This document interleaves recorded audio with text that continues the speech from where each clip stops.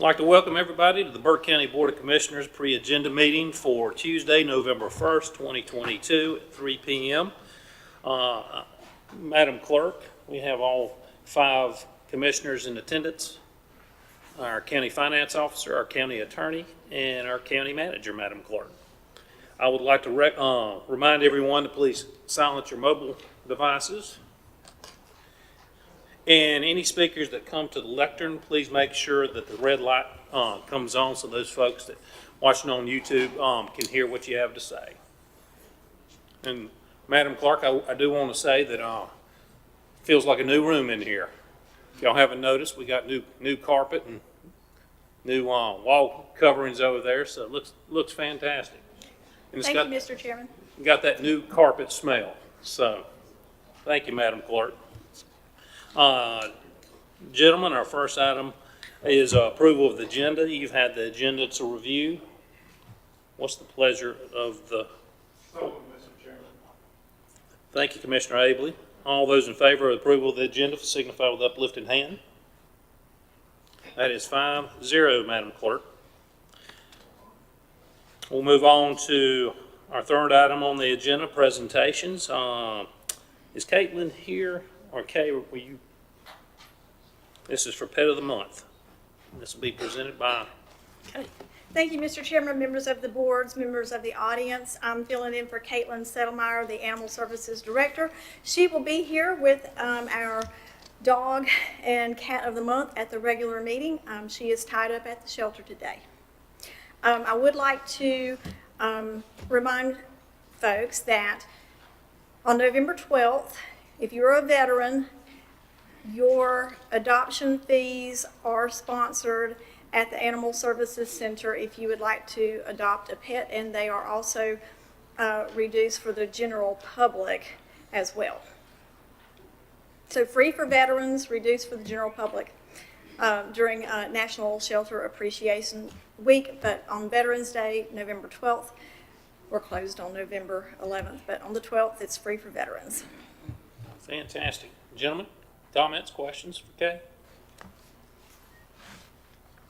There being none, without objection, this item will remain on the agenda. We'll move on to item number 2, presentation of responsible pet ownership education video in recognition of personnel. Thank you, Mr. Chairman, members of the board, members of the audience. I am the president of the Animal Services Foundation. It's a nonprofit created to support the county animal shelter. The foundation received a grant from the Roston Foundation for responsible pet ownership. I approached the Western Piedmont Council, Western Piedmont Community College for their assistance in developing some training videos that the staff can show to repeat offenders that violate the county's animal ordinances, and just generally educate members of the public on how to be a responsible pet owner and comply with the county's ordinance. Staff from Western Piedmont and some students hopefully will be here at the regular meeting. We're going to show you a promo video, and representatives from Van Alpen Marketing will be here also because they are helping us within this collaborative project, and I hope that you will be pleased. Thank you, Kay. Gentlemen, questions, comments? Yes, sir. Without objection, this item will remain on the agenda. We'll move on to item number 3 under presentations, recognition of Miss Morganton Festival Scholarship Pageant winners. I'm filling in for Miss Michelle Gregory. She is the director of the Miss Morganton Festival Pageant, and we will once again have royalty in our midst. The queens and princesses of the Miss Morganton Festival will be here at the regular meeting for you guys to meet and recognize. Fantastic. Gentlemen, questions, comments? All right, without objection, this item will remain on the agenda. Thank you. Thank you, Kay. This brings us to item number 4, proclamation declaring November 30th as One Burke Gives Day in Burke County, presented by Abigail Taylor, Burke County United Way Marketing and Campaign Manager. Hey, Good afternoon. Good afternoon. I did notice the 30th is actually incorrect. It should be the 29th. 29th? It might have been our mistake. Okay. But it should be the 29th. Duly noted. And that is because every year it will change. One Gives Giving Day is falls on Giving Tuesday every single year, which is the Tuesday after Thanksgiving.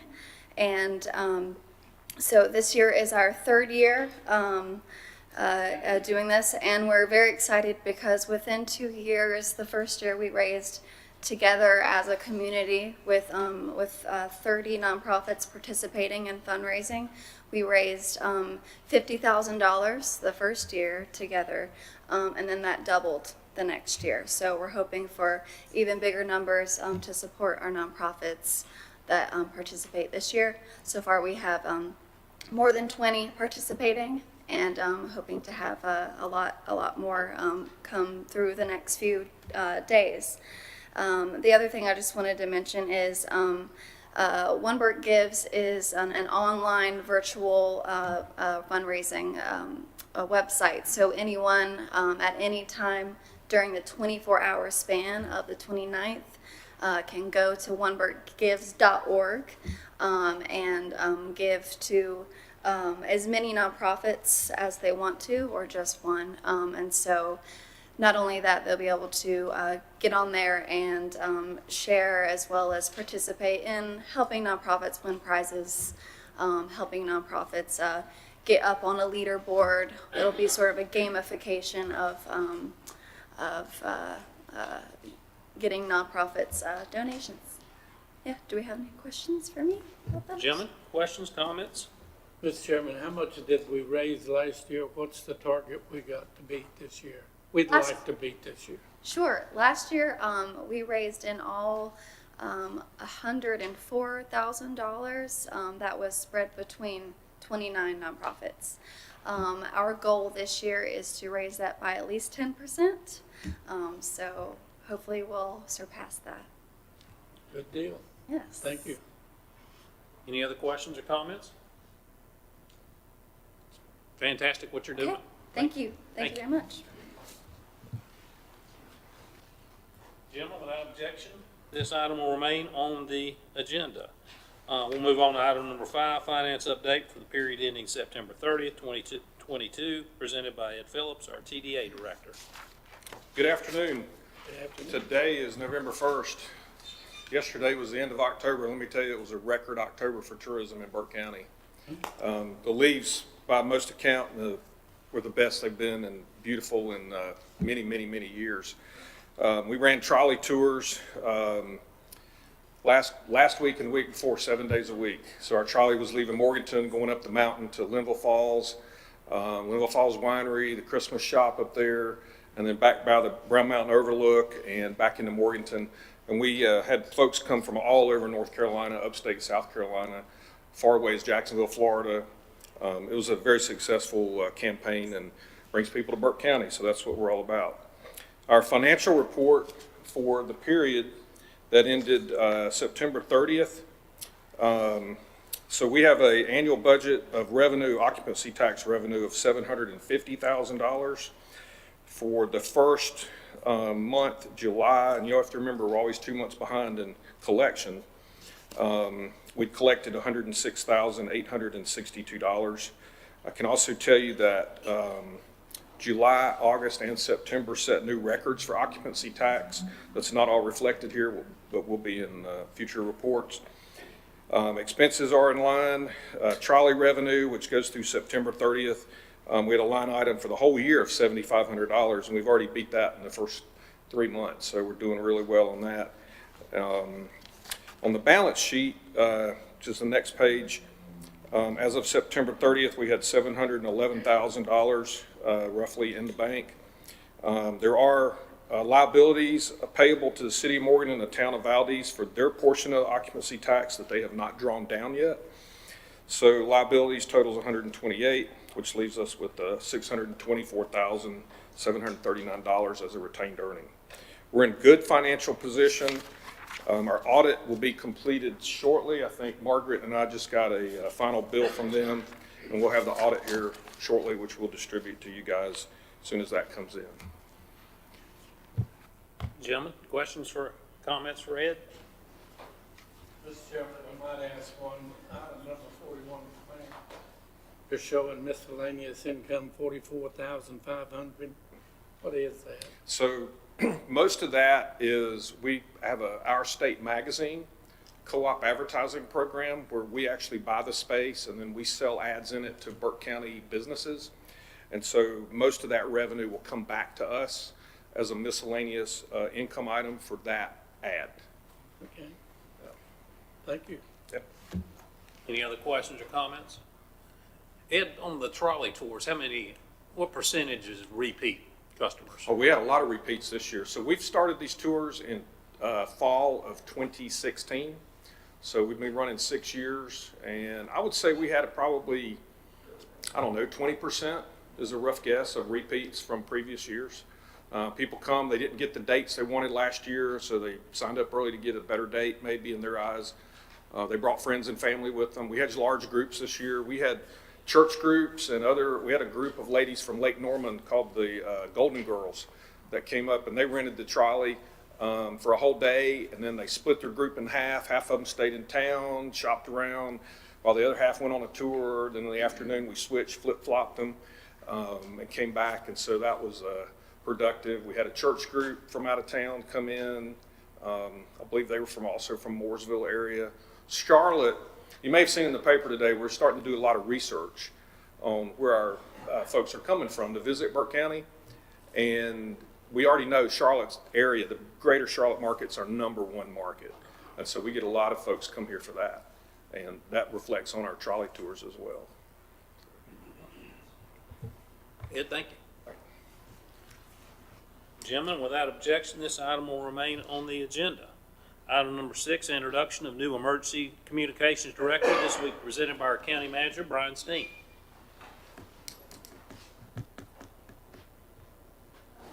Good afternoon, Mr. Chairman, members of the board. I introduce to you Heather Joyner. She comes to us with about 20 years of experience as a 911 director, and I think she is taking to it like a rabbit in a briar patch. And we are very happy to have her here, and appreciate staff during the interim stepping up and doing what needed to be done to get us through until Heather could arrive. And Heather, if you want to chat with them or say anything or take questions, have fun. Thank you. Very excited to be here. Looking forward to the growth and the co-creation of what I'm bringing here to Burke County, and look forward to working with all of you. And I have to say the support of the county manager and the management team have been phenomenal. My internal team, Chris, Terry, and Allie have just done a tremendous, wonderful job in the interim process, and could not ask for any better. I think I expressed to you guys, it's like Christmas, you open up gifts every day, and that's kind of how I've been feeling since I've been here. So I know we have a few challenges and we have a few things to work through, but I'm very dedicated, and we're going to make things, we're going to co-create it together. So thank you. Any questions? Gentlemen, questions, comments? Welcome aboard. Thank you, sir. Welcome aboard. Thank you. Thank you. Without objection, this item will remain on the agenda. This will bring us to item number 4 on our agenda, scheduled public hearings, DEI reuse grant for Project Phil. This will be presented by Alan Wood.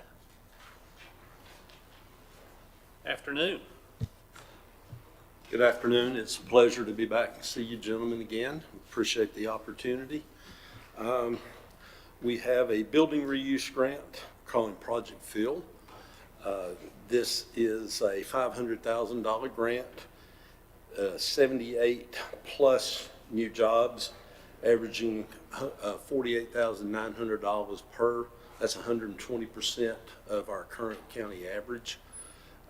As you realize, we never bring one to you if they're not at least matching the county average wage, and they will also provide health insurance for their employees. This is an upfit of a current building plus additional square feet to their footprint. The city of Morganton has approved their match on this. They did it at their last meeting. The capital investment on this is roughly $70 million. This will be in front of the Rural Infrastructure Authority on December the 8th, and that's when we would anticipate approval. We think this is a really good project, and we hope to see them continue to grow and prosper in Burke County. Gentlemen, any questions, comments for Alan? You're always bringing good news, so thank you. Thanks, Alan. Thank you. Gentlemen, without objection, this item will remain on the agenda. That'll move us to item number 5, consent agenda, presentation of financial data for period ending September 30th, 2022 by our good friend Sandy Holman. How are you? I'm good. I hope you are all. Good afternoon. I'm going to first start with a recap of 2022, just for your information. Our final state budget was $16,624,196, which was we spent 92% of. That left $1,371,487, of which we could carry forward a majority of this because it was in our budget stabilization funds. We did have some categorical funding that we had excess in, most of which was carried forward as well into fiscal year 23. Our county funds for fiscal year 22, we spent $2,666,520 out of $2,652,110, so we were over just a slight bit at 100.5%. So for the fiscal year 2023, I want to give a summary of our first quarter through September 30th, 2022. And as usual, the first 3 columns are our state funds.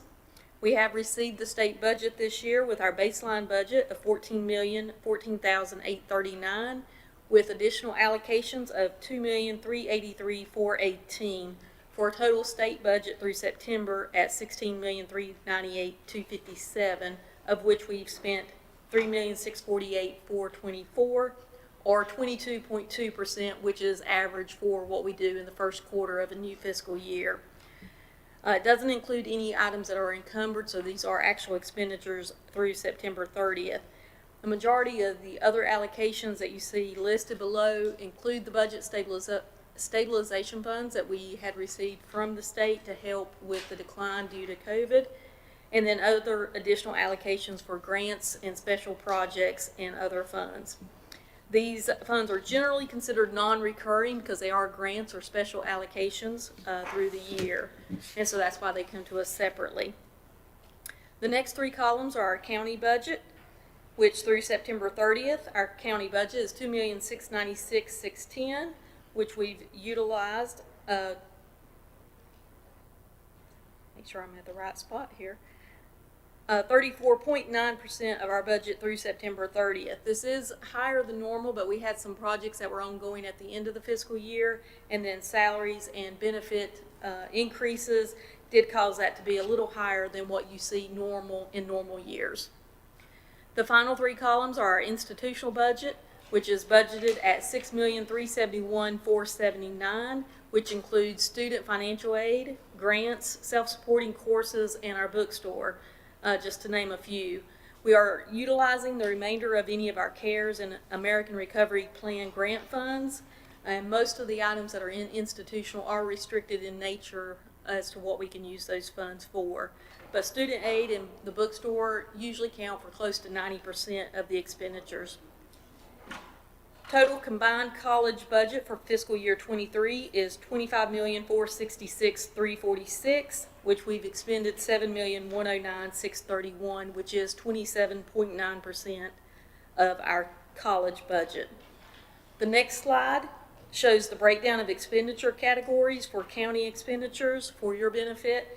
The major expenditure categories include salaries and benefits at 20%, contracted services at 10%, transfers, which usually go into either transfers for matching for our supplemental education SEOG program, which is financial assistance, or for capital projects that we have to maintain separately, is at 24%, and then utilities at 17%.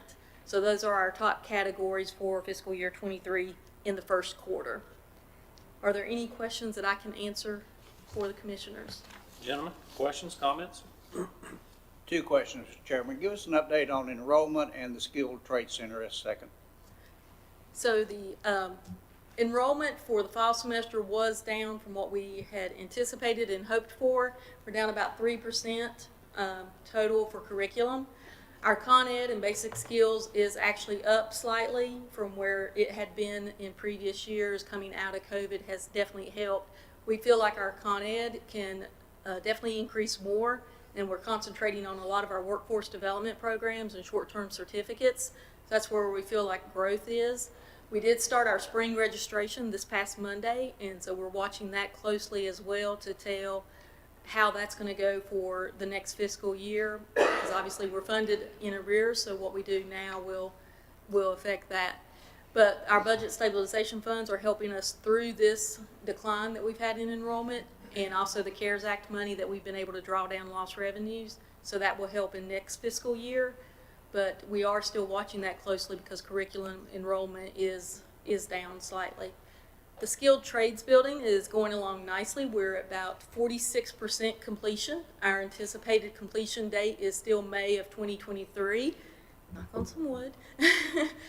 The long-term or lead time items was the electrical panel, which the designers and engineers have come up with some solutions that we're able to get that in on time. So we should still be on track to have the building complete in May, be able to stock it up, get it ready inside for hopefully some spring summer camps or summer camps in the summer, and then fall enrollment.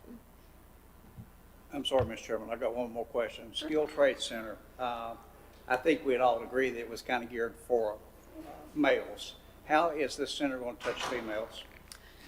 That is an excellent question. We are looking at a lot of different ways. Our Vice President for Academic Affairs and Workforce Development, along with our instructor, full-time instructor in construction, and 2 of our students who are female, actually went to a conference earlier this year in Charlotte that was for women in construction.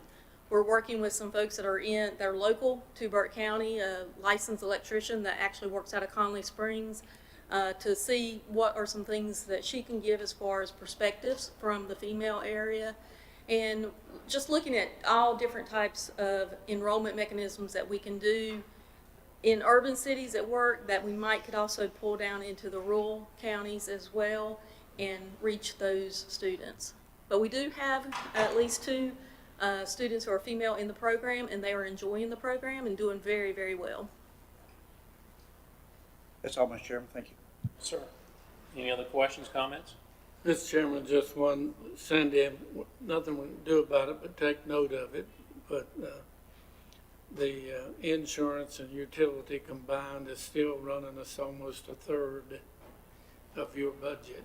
And I don't know, I was hoping with some of the new insurance and competitiveness in that market would bring that price down some, but it doesn't seem to be. With the percentages, it's a percentage through the first quarter, and we do pay our insurance annually in September, with usually a start date of October 1st for most all of our policies. And so you have a large chunk of funding that goes out in the first quarter for insurance, but as we get more expenses through the year, then that percentage of total cost will go down. Utilities, unfortunately, that is still one of our top 3 categories that we have for our county budget. It will remain in the top 3, probably by the end of the year, being around 24%, 20 to 24%. If I'm a student there, do I pay a part of that insurance, et cetera, et cetera? That the county funding pays, that would be for property insurance, workers' compensation for our county-funded employees, So it's and mostly vehicles. employees. Yeah, so students do not pay a part of that insurance. Yeah, thank you. And Sandy, across the 58 college community college system, where do we kind of fall? Because I know FTE's down a little bit, but that's across the board. So when we do a comparative analysis of like institution size-wise, we're pretty much fall in the middle, do we not? We have historically fallen in the middle, but if you remember several years ago, we had a really huge chunk of our basic skills FTE that went away due to federal regulations. And so now we're somewhere between 39th and 40th, 41 in size when you look at budgeted FTE numbers. Thank you. Any other questions, comments, gentlemen? Sandy, thank you. Thank you. I appreciate it. Have a great day. You too. Well, gentlemen, without objection, this item will remain on the consent agenda. Brings us to item number 2, Burke County Public Schools, presentation of financial data for the period ending September 30th, 2022. And I don't see Keith. I've reached out to him. I'll let you know if I hear from him. I'm sorry? I've reached out to him. I'll let you know if I hear from him. Okay. Well, we may circle back around, and if he does arrive, we will come back to that item. That moves us to item number 3, Partners Health Management Reports, presented by Dr. Katie Varnado, Partners Health Management. Katie, how are you? I'm good. How are you guys? Hopefully you had a good Halloween. So this is a little bit of a bittersweet presentation for me because it's my last presentation to you guys. I don't know that you all are aware, but I grew up in Burke County, so it's been really impactful and powerful to me to be able to work alongside you all and making a difference for the community that I grew up in. So I appreciate all of your work and your commitment to behavioral health and addressing the needs of the people that live here. So with that being said, I'll move into the presentation, and what I have for you here today is our year-end statement for the year ending June 30th of 2022, and then the first quarter statement for this fiscal year. So the first couple of slides go together. They're on separate slides, but I really want to make the point of looking at the cost of people served compared to the number of people served. So this is for the whole year of fiscal year 21-22, the amount of Medicaid and non-Medicaid dollars that went into the treatment of individuals with behavioral health needs. So you can see those numbers there, and on the next slide is the actual number of people served. So you can see the cost compared to the amount of people served. And one powerful number there that you see on the end is the number of people served with substance use diagnoses. So you can see that 289 individuals with Medicaid were served. And if you look at the previous slide, that amounted to $1.3 million. So putting those two slides together can give you a good idea about the cost of treatment and the complexity of needs of a lot of the individuals that were served in. So the next slide is our final expense report for 21-22, and you can see the different line items that we allocated the funding for last year. One addition to that we made at the end was the addition of correctional behavioral health. They came in and started contracting for services in the jail. So they were added as a line item there towards the end of the year, and then you'll see in our upcoming slides the funding allocations for this year. So funded programs for 22-23, we have funded the System of Care Collaboratives, and that's a group of community members, providers, and advocates that come together once a month to talk about the continuum of care for people with behavioral health needs. And they get together and come up with a plan for the funding that the county allocates for that. And traditionally, they've supported the recovery rally, but they have the option to look at the needs and gaps in the community and put together programs, education and awareness events, and different projects that would address some of those short-term and long-term needs. We have consumer reserves for IDD and mental health and substance use, and those are what I like to call Band-Aid funds. So if we have a person that is coming to one of our community partners like DSS or the United Way, those partnerships have the ability to reach out to us and use that funding to help people stay housed, to help them with an emergency behavioral health need, to help them with transportation.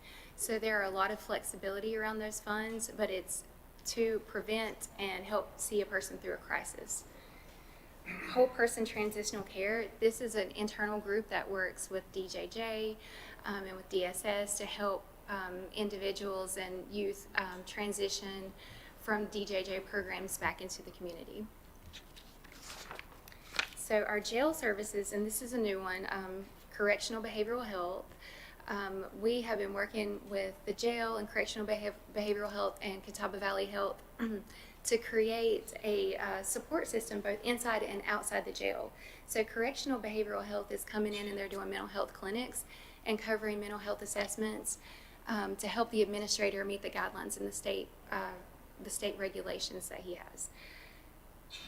substance use services in jail is covered by Catawba Valley Healthcare, and so they do the substance use treatment component. And we've met and formed a treatment team model so that they can all staff together when they have a client that's receiving services from the different agencies. And that also helps support their transition back out into the community. The MOORS program is provided by CVBH. It is also a crisis service that supports families that are having behavioral health crisis, and they use that in tandem with mobile crisis. We have an embedded therapist through a collaboration with DSS, and that therapist works to offer case management support to the caseworkers, and does assessments and is on site to offer their help through clinical counseling. The behavioral health medication assistance is through Good Sam Clinic, and I actually have a statement that they asked me to read to you guys.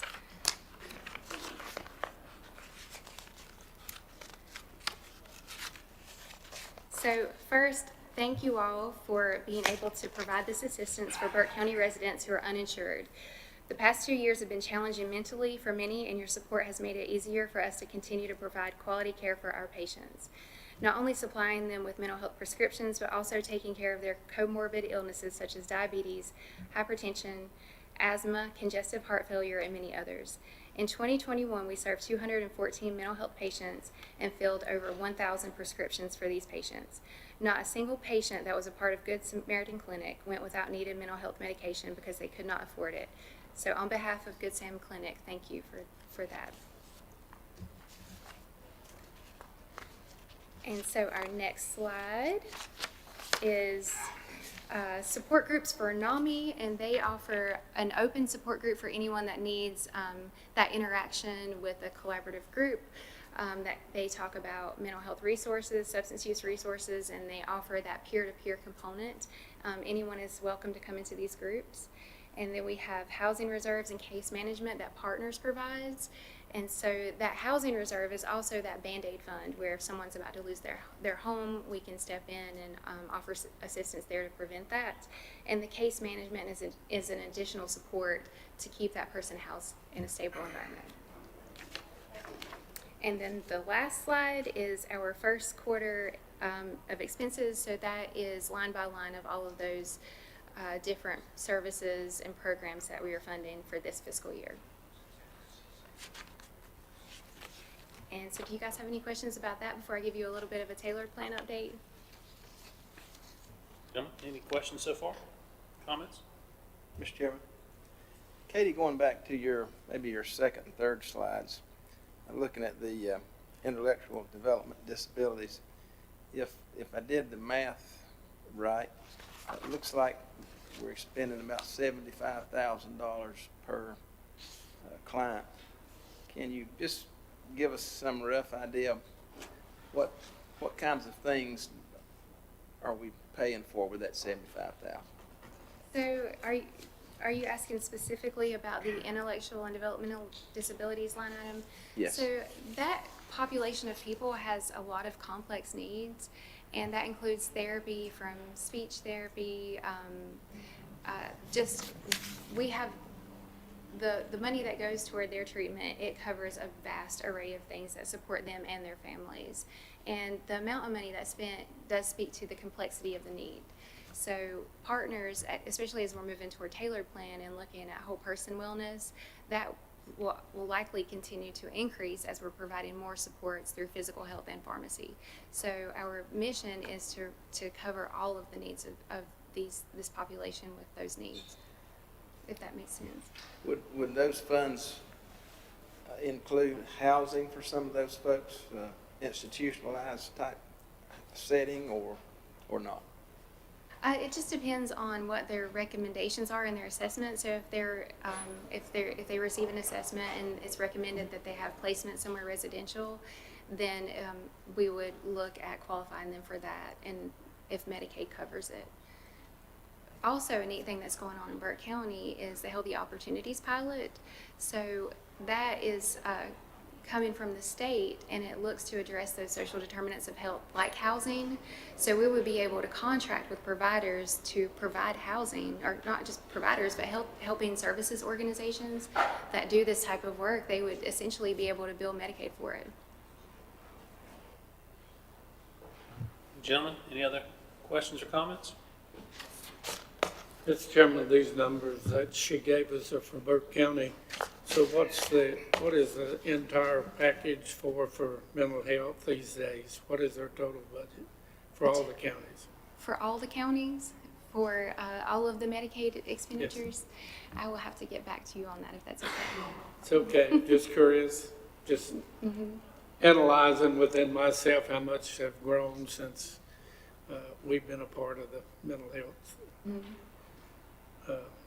conglomerate, if you want to call it. And it's a, you know, you can look at it either way. You can look at the increase in cost and the increase in people served as we're getting more people involved in treatment, and hopefully in a timely way that prevents them from going into a crisis. So on one hand, the cost is a good thing. It's a sign that we are making an impact in getting people in treatment and reducing some of that stigma around accessing services. Any other comments, gentlemen?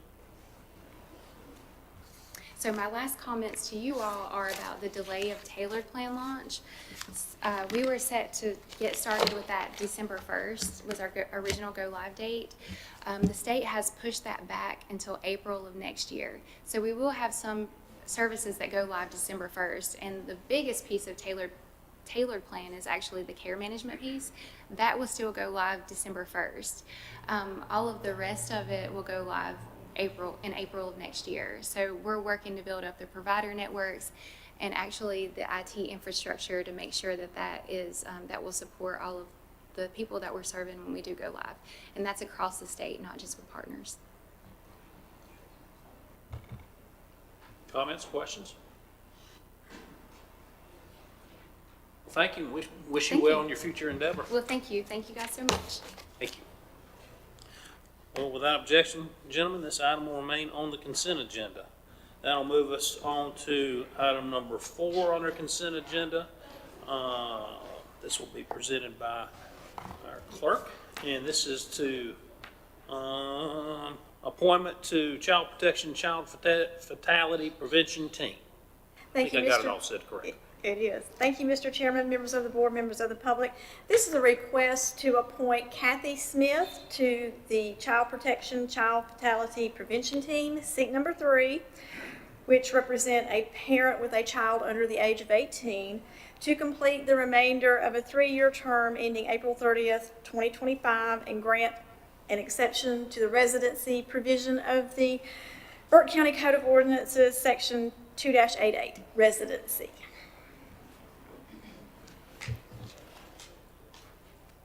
Questions, gentlemen? And without objection, this item will remain on the consent agenda. Item number 5, reappointments to the Voluntary Agricultural Board.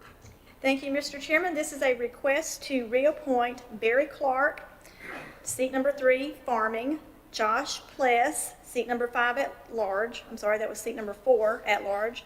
Doug Pitts, seat number 5, Farming, Evan Crawley, the Soil and Water nominee, and Bruce Sis, seat number 7, also Farming, to the Voluntary Agriculture Board to complete the remainder of 4-year terms ending August 31st, 2026. Gentlemen, questions, comments? There being none, without objection, this item will remain on the agenda. Thank you. Thank you, Madam Clerk. This brings us to item number 6, DSS, approval of renewal contract with Veritas HHS LLC, presented by Corey Fisher Wellman, our DSS Director. Corey, how are you today, sir? Doing well. How are you guys? Good. So we're here to request a renewal of the child support contract with Veritas. We initially initiated this contract, I believe, in 2019. It was a 3-year term that gave the option for 2 additional 1-year terms. So we're at the end of that first 3-year term. So I've got a couple people I want to introduce as well, because I think they might have more to say than maybe I do. But this is Amanda Grady, who's our Administrator of Economic Services at DSS. And Megan Roper is also here from Veritas. So I guess from DSS's standpoint, I would just say we certainly have nothing but good things to say about our relationship with Veritas. We think it's been very beneficial to the citizens. It's been very beneficial to us, and we would certainly like to continue that relationship. And we're happy to answer any questions about the process that you guys might have. Gentlemen, questions, comments? Mr. Chairman, I'll just comment as representing this board on the DSS board that when we went down this trail, it was a little scary, but I want to thank these guys for making everything happen. And it has been a very positive experience, and we're pleased with what's happening with this relationship. Thank you. Any other questions or comments? None. All right, well, thanks for all y'all do. Thank you, guys. And without objection, this item will remain on the consent agenda. We'll move on to item number 7, request for approval of written agreement between Home Trust Bank and Brindletown Fire Protection and Rescue Association, Inc., presented by Mike Willis, our fire marshal.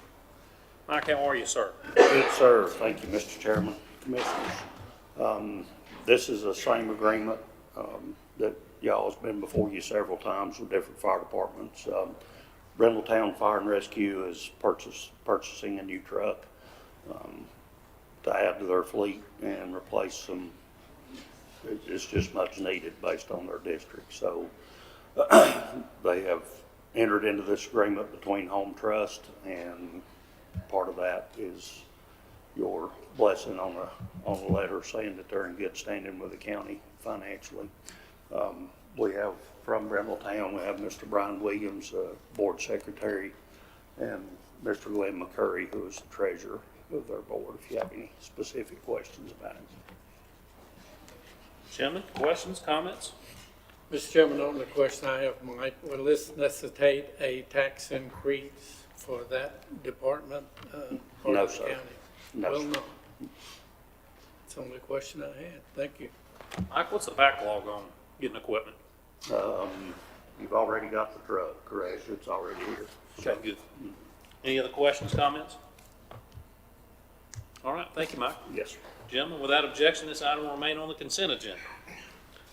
Moving on to item number 8, General Services Train USA contract for controls and UV air purification, presented by our good friend Mark Delahunt, General Services Director. Mark, how are you, sir? Great. Thank you, Mr. Chairman and members of the board. General Services building, this building was renovated back in 2003, and in the spring of 2021, we replaced 6 of the 9 HVAC units.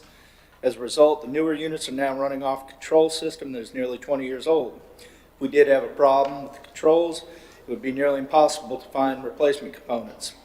This project also includes UV air purification system, and this will be the first county building to have that. I would like to thank the commissioners for approving the funds for this project as part of last year's budget. But due to the cost, I'm requesting that the board authorize the county manager to execute the contract documents on behalf of the board. I'll be happy to answer any questions. Thank you, Mark. Any questions, comments for Mark? Was this included in this year's budget? Yes, sir. So, yeah. No other question? Any others, gentlemen? Thank you, Mark. Thank you. Without objection, then, gentlemen, this item will remain on the consent agenda. We'll move on to item number 9, Tax Department Tax Collection Report for 2022, presented by John Bridgers, our tax administrator. Good afternoon, Mr. Chairman. Afternoon.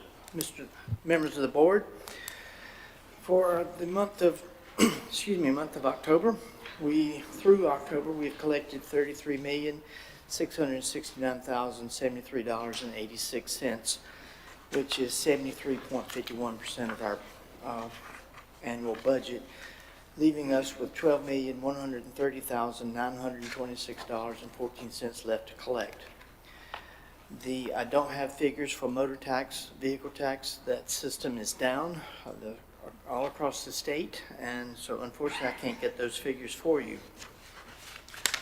Delinquent taxes, we have collected $348,081.29, which is 49.73% of the budgeted amount, leaving us with $351,918.71 left to collect of delinquent taxes. Late listing penalty, we have collected $99,612.17, which is 31.62% of budget amount, leaving us with $215,387.83 left to collect. The overall tax levy is $47,870,633.95. We have collected of that $33,669,073.86, which is a 70.43% of our overall budget, leaving us with $14,138,560.09 left to collect. Any questions? Thank you, John. Any questions, comments? There being none, without objection, this item will remain on the consent agenda. Item number 10, release refund report for October 2022. Release and refund, the overall report is $88,762.01. Of that amount, we rebilled $76,954.95 with a net release of $11,807.06, and there were no refunds. Gentlemen, any questions, comments? All right, John, thank you, sir. Without objection, this item will remain on the consent agenda. This moves us on to item number 6, which is items for decision, the award of construction bids for the Jonas Ridge Convenience Site. This will be presented by Mr. Steen or Mr. Oh, okay. They did all the hard work. I'm just here to help if I can. Welcome back, Mark. Yes, thank you again. Scott, if you would, I have a slide I'd like to put up. Last Friday, October 28th, 2 bids were received for the construction of the new Jonas Ridge Convenience Site. The low bidder was a contractor from right here in Morganton by the name of Fox Built Construction in the amount of $1,324,600. The design includes a well and a septic system that'll be large enough to accommodate the restroom for a future community center, park, and walking trail. Equipment such as compactors and recycling boxes, which you'll see in the diagram up there, were not included in the bid. The equipment needed for this project includes 3 compactors, 4 receiver boxes, 2 30-yard open-top boxes for metal recycling, which based on a recent quote will cost $115,000. Additionally, I'm requesting contingency for this project in the amount of $100,000. We hope no contingency will be needed. We would like to have some additional funds, however, available so we can keep this project moving forward. The suggested motion will need to be modified to include funding options for the equipment and contingency. Now I'm happy to answer any questions you may have. Gentlemen, questions?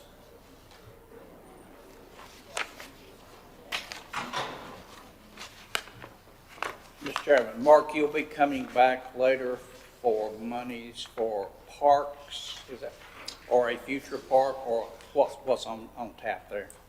Yes, this project was designed with that as a future component of this land that was purchased. So the design is, certainly not even begun yet, but that is in the thinking stages, and hopefully in the future, I'm sure the folks up in Jonas Ridge are really excited about that as well. So who's going to be in charge of building the park facility? Is that us? That is not part of this bid or anything. Not but part of anything the here. parking and the entrance, exit, et cetera, and the well and septic are all designed with that being part of the future for this location. So all I'm looking at today is the site itself, the convenience site itself. Yes, with the paving and the concrete and the attendant building, septic, well, et cetera. This, Scott, if you would, the next slide, please. Okay. There's another slide that includes an elaborate wetlands area right there that actually provides a natural filtration for all the storm water that'll be part of this process. Spaces that we see on this drawing Yes, sir. is included with this work. Yes, sir, that's correct. even though they will primarily support future things going Yes, on. that's correct. Thank you. Mark, who are we gonna be working with on the park? Again, that's, Hills Conservancy possible? That's a question maybe Alan can answer. I'll defer to him. Thank you, Commissioners. When the project was originally request for proposals, McGill Associates and Equinox Environmental were the selected firm most qualified, and they prepared the plans that you see in front of you today. Phase 2 would be a future, park enhancement that we have not contracted for or designed just yet. But we did include a few items in this first phase, such as that the main road access and that parking, the well and other things would also be used for future, as we get there. So we'll come back. That will come through your department, right? Yes, sir. Community Development. Yes, sir. Mr. Chairman, one of you gentlemen kind of reminded me where we are with this. We've been dealing with this 3 years. So I noticed you got a place there to award, funding from the project was not included in this year's budget. So how much was approved, if any, and what's the balance? Where are we really in the dollars and cents? I would say the funds approved part of this budget were just design monies. We had no idea what the bid would come back, the funds included in this year's budget that were just design funds. We had no idea how the bid would come back, so it's difficult to ask for any funds for anything other than design at that time. So the entire amount must come out of the general fund. Yes, that's correct. Thank you. Mark, I did notice we're leaving the abandoned house standing at this point. The house, yes. I believe there's some other structures that will be demolished as part of this bid. I think there's some sheds or something Yeah. like that, but the abandoned house will remain standing for now. Yes, and Alan has asked that we kind of secure it to keep any people from wandering in, or as he said, bears from habitating it, so. Understand. One more quick question, if I may. Mark, is this, just for our own benefit, is this pretty much normal for this kind of a project, or are we high or low, or? Well, I'll be honest with you, this first convenience site I've been a party to construct, and I'm really excited about it, but I'd say, given the market and everything, all other factors and materials, it's probably pretty comparable. Okay, thank you. And Mark, coming out of left field, you mentioned bears. I know at the current location, we've had bear problems. And I don't know if we've had any this year, but I know in prior years we did. Is this going to kind of be bear-proofed? I'd hope so. There's going to be we're going to have a fence around it. We didn't want to include any barbed wire just because the appearance, but with the garbage and I imagine the aroma of household waste, it may be enticing. So that's just something we'll have to cross. Maybe we could have open season or something. I don't know. At least supply some bear spray. Yeah. Gentlemen, any other questions or comments? Mark, do we know how many people use that site up there? Have we kind of measured that? I don't have that handy, but we have been trying to track, and I hope to have monies to put an actual counter at each of the sites, so that I think that's important information for the board to know, which kind of traffic each of the sites has, how their citizens are using them. So I hope to include that at some point. As that becomes available, Excuse me? As that becomes available, those numbers, please share those with us. Yes, I will. Absolutely. Any other questions, comments, gentlemen? I know we've all been excited about this project for a long time, so I'm glad to see it come to fruition. And we hope to have, before too much longer, East Burke before you. So, thank you. Thank you. Gentlemen, without objection, this item will remain on items for decision. We'll move on to item number 2, lease extension, Jonas Ridge Convenience Site. Excuse me, I'm sorry. I was so thrilled to be over that one. Yes, the lease extension, I did reach out, finally find a property owner to reach out to, and they are the daughter of the actual property owner who is supposed to get back to me, and I'd asked for a lease that would include an option for additional months if it would become necessary. But based on these bid documents, we hope to be in the new site by May, which will give us plenty of time to vacate that property and be up and running in the other one prior to the end of this budget year. So I hope to hear back and have an actual lease before you real soon. Questions, comments, gentlemen? That one was quick and painless. Yes, sir. Thank you. Thank you, Mark. And gentlemen, without objection, this item will remain on items for decision. Gentlemen, item number 3, announcement of new county manager and approval of employment agreement. This is a placeholder at this time. Any questions, comments? There being none, without objection, this item will remain on items for decision. Well, gentlemen, that brings us to reports. Please submit those to Kay as soon as they are available. Please, I'll remind everyone, please don't litter, pick up trash, cover your loads. Also, spay and neuter your pets. We've got several upcoming meetings and events. We got a special call meeting at 4 o'clock, and we will take after we adjourn, we'll take a 5-minute break before we call that one back into fruition. Then we have a special call meeting on 11/3 at 8 a.m. at WPCC, Moore Hall, Helmick Seminar Room. We also have a special call meeting for 11/7, 2 p.m., location to be determined. I would remind everyone on November 8th, Election Day, I encourage everyone to get out to vote. It seems like we have a lot of citizens participating already from what I read in the News Herald. Turnout is high. We have our regular call meeting November 15th, 6 p.m. here. We also have a November 18th from 4 to 6 p.m. public service reception for outgoing commissioners Abley and Taylor. The public is invited, and we will have heavy hors d'oeuvres. I will remind everyone that the county offices will be closed November 24th and 25th for Thanksgiving. And as I mentioned before, please submit your reports as are needed by November 7th for inclusion in the agenda packet. Gentlemen, are there any other discussion items? What's the location of the reception, Mr. Chairman? It will be here in this room, sir. Thank you for reminding me to say that. We got to show off the new carpet.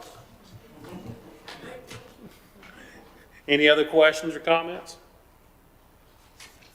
All right, gentlemen, I'll accept a motion to adjourn. Thank you, Commissioner Taylor. All those in favor signify with uplifted hand. That is 5-0, Madam Clerk.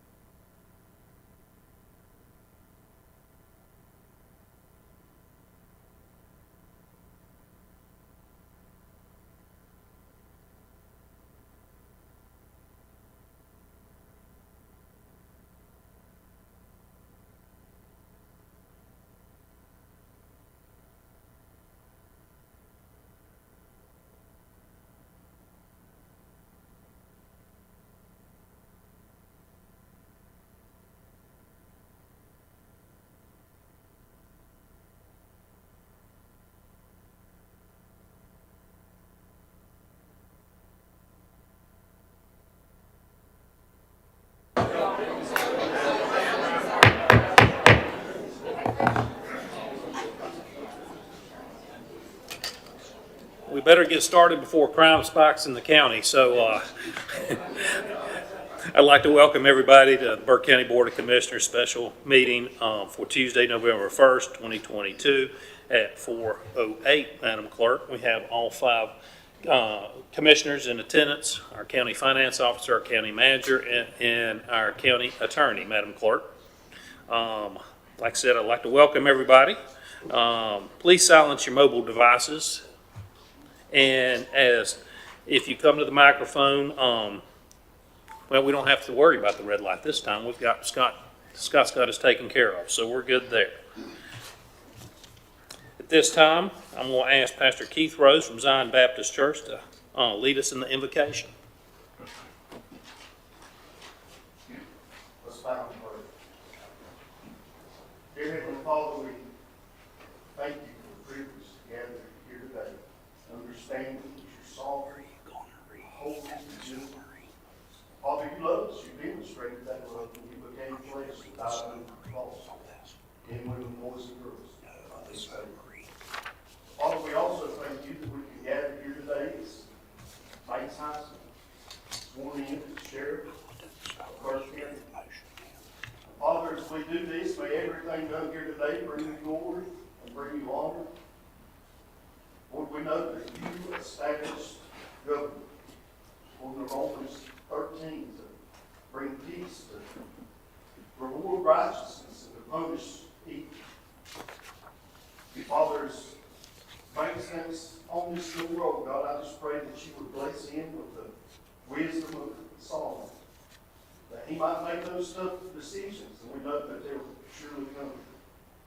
Father, we pray that you give him the courage of David, that he'd be able to take decisive action when others may be afraid. And Father, we pray that you give him a sense of justice, like the prophets of old, that he, like you, would be no respecter of persons, but Father, he would do what's right and honorable in all situations. And then, Father, just everything that he needs to be able to fulfill this all.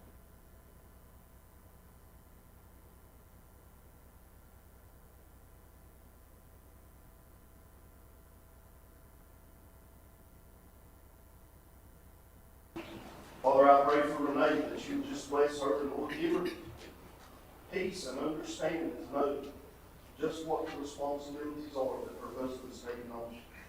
I lift up his children today, Father, and pray you just bless Charlie and Casey as they grow and, Father, meet their needs. And then, Lord, may we, the citizens of Burke County, support Banks and all that he does in the days ahead. May he help to know and understand that he does not walk this journey alone. Father, there's many of us who are right there with you, willing to give him our support, need him up, help him in. And then, Father, we just thank you that I get the privilege of being here today for my freedom. I get the privilege here in a few minutes to call him sheriff. But God, thank you most of all that I can call him free. Bless him today. Bless these proceedings. May you be honored, Lord, and may you use Bank Tyson, Father, as your sword, as your staff of righteousness in the days ahead. And Father, we will praise you for what you do. In the name that's above every name, the name of our blood-stained Redeemer, Jesus the Christ, we pray. Amen. Amen. Amen. Thank you, Pastor. Gentlemen, item number 2, approval of the agenda. To approve the agenda as amended. Gentlemen, you've had a chance to review the agenda. What's the pleasure? Thank you, Commissioner Abley. All those in favor of approval of the agenda signify with uplifted hand. That is 5-0, Madam Clerk. That moves us to item number 3, items for decision, appointment of Major Robert Banks Hinesmith Jr. as Sheriff of Burke County. And I will turn this over to Vice Chair Carswell. Thank you, Mr. Chairman. After having been appointed to the office of Sheriff of Burke County on June 1st, 2011, Sheriff Steve Quisnett has formally announced and submitted the necessary documentation to the Burke County Human Resources Department for his retirement as Sheriff of Burke County. His last day of work was October the 31st, 2022. Sheriff Whistler's current term of office was due to expire after the November the 8th, 2022 general election.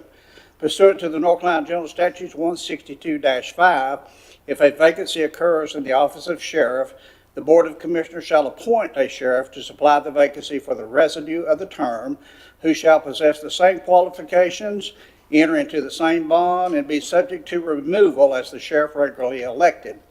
Additionally, the Board of Commissioners shall not make any appointment under this section without first being presented with a valid disclosure statement of no felony convictions or expungements issued within 90 days prior to the appointment, prepared by the North Carolina Sheriff's Education and Training Standards Commission pursuant to Article 3 of Chapter 17E of the General Statutes with respect to the individual being appointed.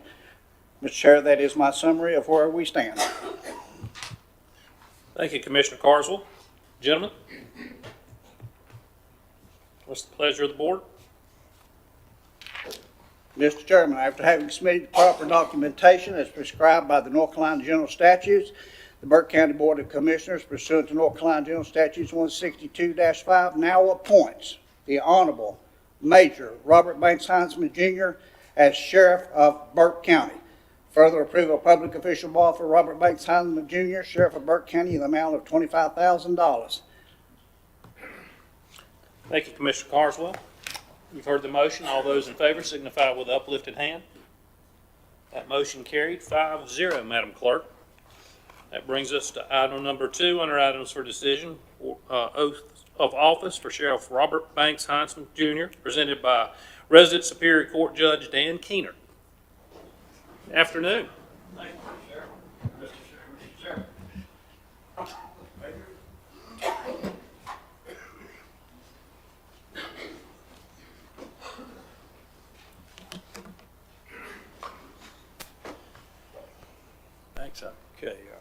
Okay. Is this fine? All right.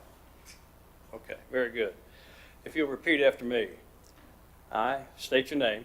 I, Robert Banks Heinzman Jr., Do solemnly swear do solemnly swear that I will support that I will support and maintain and maintain the Constitution the Constitution and the laws of the United States and the laws of the United States and the Constitution and the Constitution and the laws and the laws of North Carolina, of North Carolina, not inconsistent therewith, not inconsistent therewith, and that I will faithfully discharge and I will faithfully discharge the duties of my office the duties of my office as Sheriff of Burke County, as Sheriff of Burke County. so help me God. So help me God. I, and state your name, I, Robert Banks Heinzman Jr., do solemnly and sincerely swear do solemnly and sincerely swear that I will support the Constitution that I will support the Constitution of the United States, of the United States, and I will be faithful and I will be faithful and bear true allegiance and bear true allegiance to the state of North Carolina to the state of North Carolina and to the constitutional powers and authorities and to the constitutional powers and authorities which are which are or may be established or may be established for the government thereof, for the government thereof, and that I will endeavor and that I will endeavor to support, to maintain, and defend maintain, and defend the Constitution of said state, the Constitution of said state, not inconsistent with not inconsistent with the Constitution of the United the States, Constitution of the United States, to the best of my knowledge and ability, to the best of my knowledge and ability, so help me God. so help me God. And then I state your name, I, Robert Banks Heinzman Jr., do solemnly swear do solemnly swear that I will execute the office of Sheriff of Burke County that I will execute the office of Burke County, the office of Sheriff of Burke County, to the best of my knowledge and ability, to the best of my knowledge and ability, agreeably to law, agreeably to law, and that I will not take, and I will not take, accept, or receive, accept, or receive, directly or indirectly, directly or indirectly, any fee, any fee, gift, gift, bribe, bribe, gratuity, or reward gratuity, or reward whatsoever whatsoever for returning any man to serve as a juror, for returning any man to return as a juror, or serve for as a make, juror, or for making any false return or for making any false return on any process of any process to me directed, to me directed, so help me God. so help me God. Congratulations. Thank you, Judge.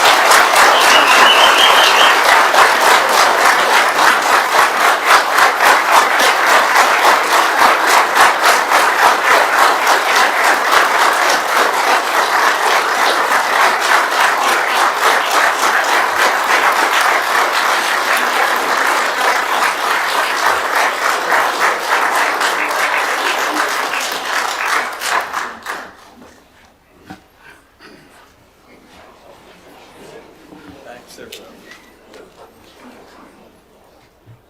type over here. I saw earlier that you probably not get it reprinted. Right there. It's supposed to be two, but if she gets it reprinted sometime, I'll be happy to sign it. Yes, sir. Thank you. Thank you.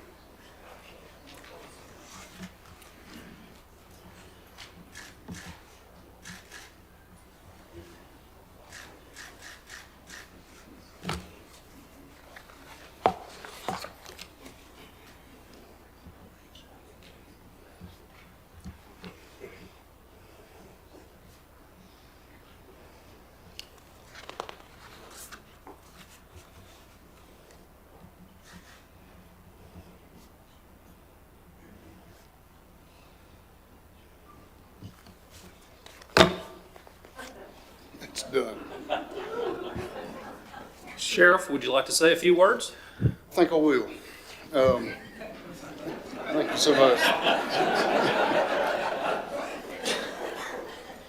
You know, I just want to say a few things. The first thing is I am so proud of the group of men and women that is assembled here today that represent Burke County every day selfishly and heroically. A lot of deeds that they do go unnoticed. And I am so proud of this group of men and women, and I am looking so forward to serving as your sheriff. I promise you that I will do the right things. Like Sheriff Wisnett has taught me in the past, I always do the right things. We will do the right things. We're going to do good things, and we're going to serve the county of Burke in a professional way with integrity that will be unmatched. And I am so proud of you all. Thank you so much. Thank you for my family.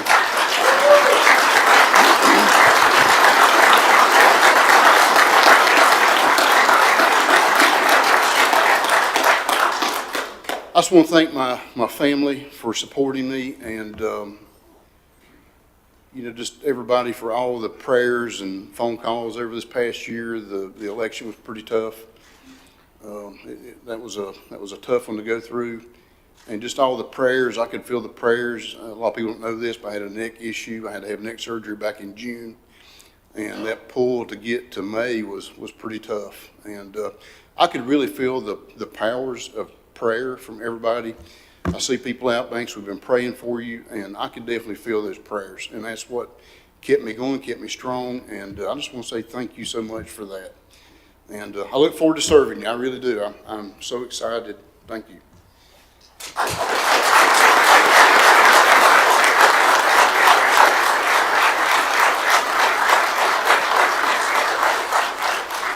All right, ladies and gentlemen, we're going to ask the sheriff and his family to stay up here. So I know a lot of you have cameras. Come on up and get your pictures right now, okay? While they stand right here in front of us for just a few minutes.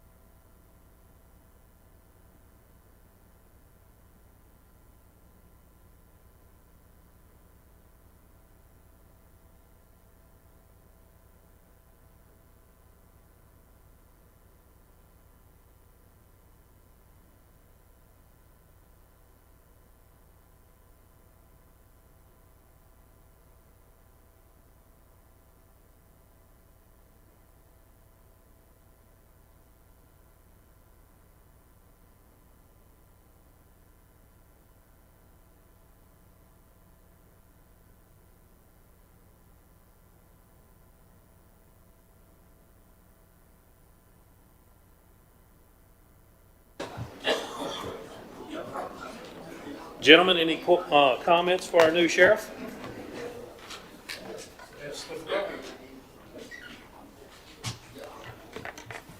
Mr. Carson? Yeah, I want to say something. I think one of the proudest moments, a lot of you folks wasn't even born when I was sworn in as a Burke County Deputy Sheriff. That's how long ago that's been, back in the late 60s, early 70s. It was the proudest moment of my life when I put on a Burke County Deputy Sheriff uniform. Back in the day, we didn't even have county cars when we first started out. We drove our own personal vehicles and got paid $2 on a civil service process. It had two $1 bills on it. That bought a lot of groceries for my family. And I have had a very rewarding career in law enforcement, and I'm no more prouder today of this man here who I can call sheriff and who I can also call my friend because we've known each other for a long, long time. Burke County is one of the greatest places in the world to live. God has blessed us.